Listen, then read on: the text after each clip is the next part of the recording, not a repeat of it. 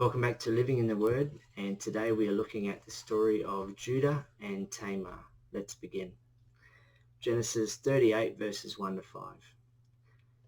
It came to pass at that time that Judah departed from his brothers and visited a certain Adullamite whose name was Hira. And Judah saw there a daughter of a certain Canaanite whose name was Shua, and he married her and went into her. So she conceived and bore a son, and he called his name She conceived again and bore a son, and she called his name Onan. And she conceived yet again and bore a son, and called his name Shelah. He was at Chezib when she bore him. So Judah marries a Canaanite woman. She has three sons, Onan, and Shelah. Genesis 38 verses 6 to 11. Then Judah took a wife for his firstborn, and her name was Tamar.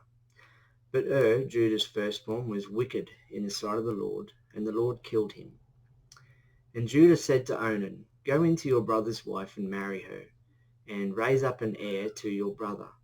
But Onan knew that the heir would not be his, and it came to pass when he went in to his brother's wife that he emitted on the ground, lest he should give an heir to his brother. And the thing which he did displeased the Lord, therefore he killed him also.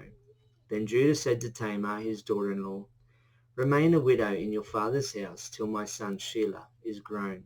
For he said, lest he also die like his brothers. And Tamar went and dwelt in her father's house. Wife was Tamar, but was wicked, and the Lord killed him. There is nothing further about how the Lord killed or what did to be killed. The Lord then kills Onan for his selfish acts. Before the Mosaic law, the law of Moses, the ancient East laws show that a Levirate marriage was a common practice. Now, this custom stated that the brother of a married man was to take his deceased brother's wife and produce a son with her. Now, this son would then continue the name of the deceased brother along with his inheritance. Now, Onan refused to give Tamar a son because he would have received less inheritance if a son was born.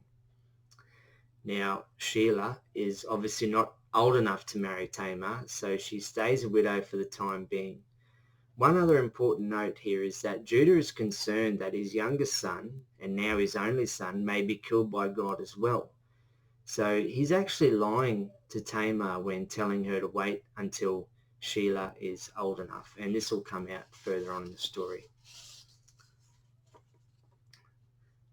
Genesis 38 verses 12 to 23.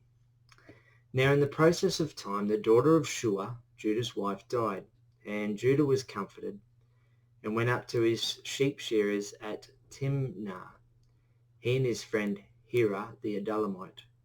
And it was told Tamar, saying, Look, your father-in-law is going up to Timnah to shear his sheep. So she took off her widow's garments, covered herself with a veil, and wrapped herself and sat in an open place which was on the way to Timnah.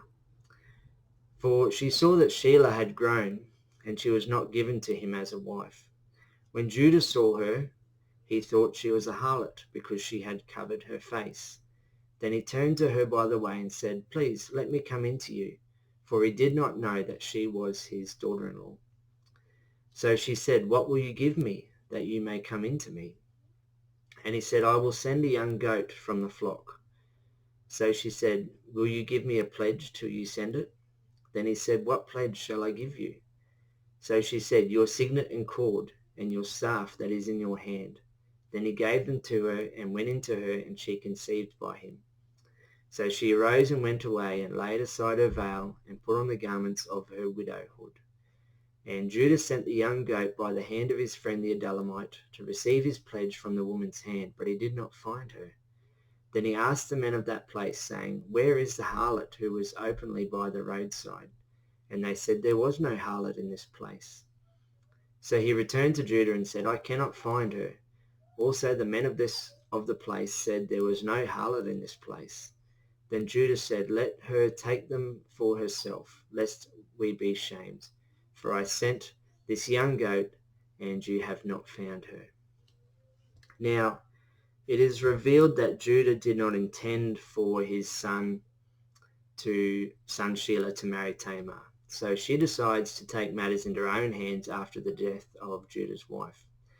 Now, Judah acted impulsively, otherwise he would have organized to have something on him to pay Tamar or the harlot.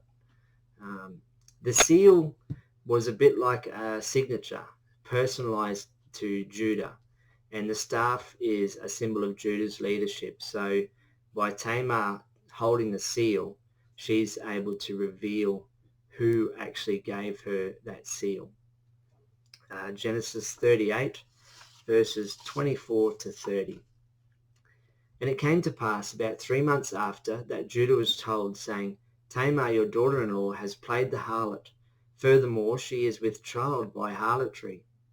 So Judah said, bring her out and let her be burned. For she was brought out. She sent to her father-in-law, saying, by the man to whom these belong, I am with child. And she said, please determine whose these are, the signet and cord and staff. So Judah acknowledged them and said, she has been more righteous than I, because I did not give her to Shelah my son, and he never knew her again. Now it came to pass at the time for giving birth that, behold, twins were in the womb. And so it was, when she was giving birth, that the one put out his hand, and the midwife took a scarlet thread and bound it on his hand, saying, this one came out first. Then it happened, as he drew back his hand, that his brother came out unexpectedly. And she said, how did you break through? This breach be upon you. Therefore his name was called Perez. Afterward his brother came out, who had the scarlet thread on his hand, and his name was called Zerah.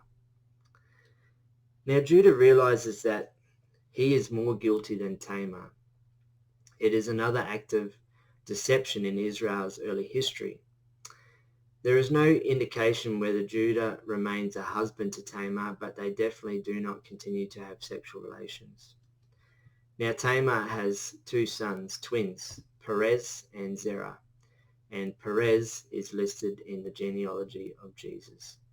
Thanks for watching. Stay tuned for the next video. God bless.